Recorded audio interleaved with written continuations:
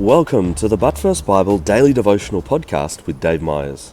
Well, our readings for today come from Psalms chapters 82 through to 84 and Romans chapter 8 verse 19 to 39.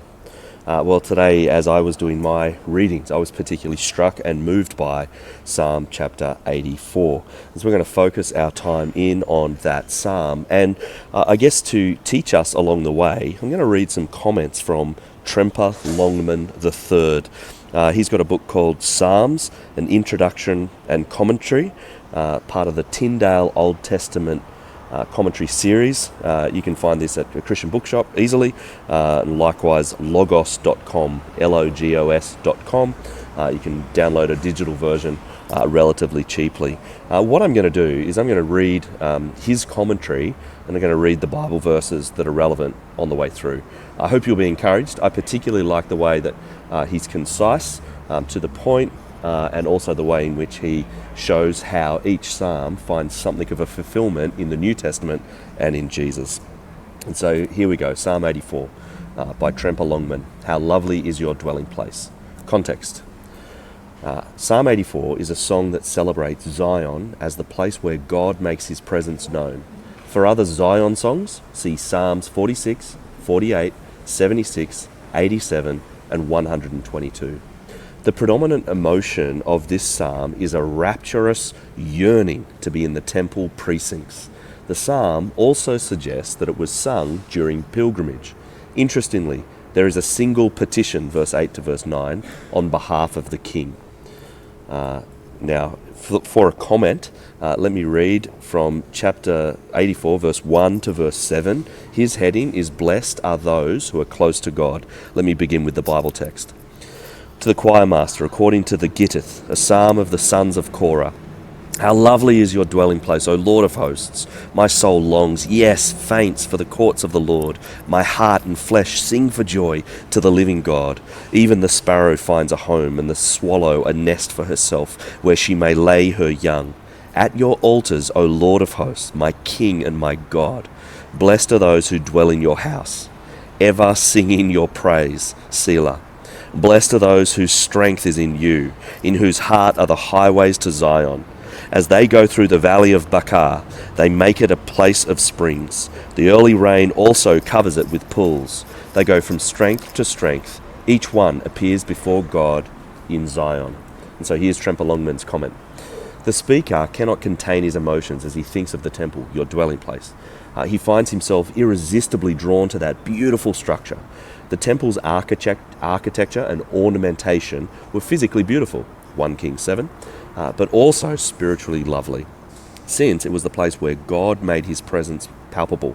The psalmist's yearning for the temple was a yearning for God. Indeed, his language of desire is reminiscent of the opening verses of Psalm 42. Verses 5 through 7 suggest that the psalmist is with worshippers who are making their way to the temple on Zion. His desire grows as they get closer. On the way, they pass through the valley of Baca. Their very presence brings life-giving water to the area in the form of springs and rains. The valley of Baca is not otherwise attested, and it is possibly mentioned here because Baca means weeping. And as they move through the valley of weeping, it turns fertile as they near the holy place. Indeed, the closer they get, the stronger they become. They go from strength to strength until they finally arrive at the sanctuary. The psalmist's desire to be in God's presence at the temple leads him to envy the birds, the sparrow, the swallows, verse 3, who have made their nest and raised their young near the altar of the temple. They dwell in God's house after all, and that is what he wants to do, engaged in unending worship. Of course, no one lived in the temple itself, but he pronounces those blessed who go there so often that it is almost as if they live there. Next section, Tremper Longman is entitled Care for the King, from verse 8 to verse 9. Let me read verse 8 to verse 9. O Lord God of hosts, hear my prayer. Give ear, O God of Jacob, Selah.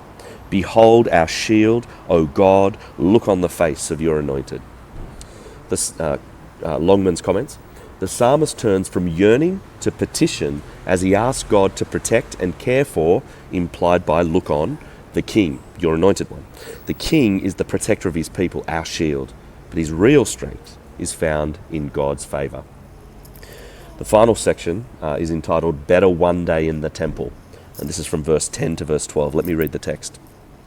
For a day in your courts is better than 1,000 elsewhere. I would rather be a doorkeeper in the house of my God than dwell in the tents of wickedness. For the Lord God is a sun and shield. The Lord bestows favour and honour. No good thing does he withhold from those who walk uprightly. O Lord of hosts, blessed is the one who trusts in you. Longman's comment. Although the psalmist expresses the desire to dwell in the temple, he believes that a single day in the courts of the temple area would surpass 1,000 days anywhere else. After all, a day in the temple is a day in the presence of God. He has chosen to follow God and would rather be on the outer edges of the temple as a doorkeeper than live in a tent belonging to the wicked. God, after all, is the provider of life and illumination, sun, and a protection from threats, shield. He gives all good things to those who follow him obediently. As the opening of Psalm 23 also asserts, "The Lord is my shepherd, I lack nothing." The psalm concludes with a blessing on those who trust God and thus encourages utter confidence in him. Meaning, this is the final section here from Tremper Longman. Make some New Testament links in this section. God chose Zion as the place to make his presence known among his people. So Solomon built the temple there. Thus, that place and that building were holy or set apart from all other places because of God's presence. To be in Zion is to be close to God and his benefits. The New Testament announces that God makes his presence known in Jesus Christ. The Word became flesh and made his dwelling among us. John chapter 1 verse 14. God sent his Spirit to dwell in us so that we as individuals, 1 Corinthians 6 verse 19 to 20, and as a church, Ephesians 2 verse 19 to 22, are called the temple of God. Until tomorrow, keep trusting Jesus.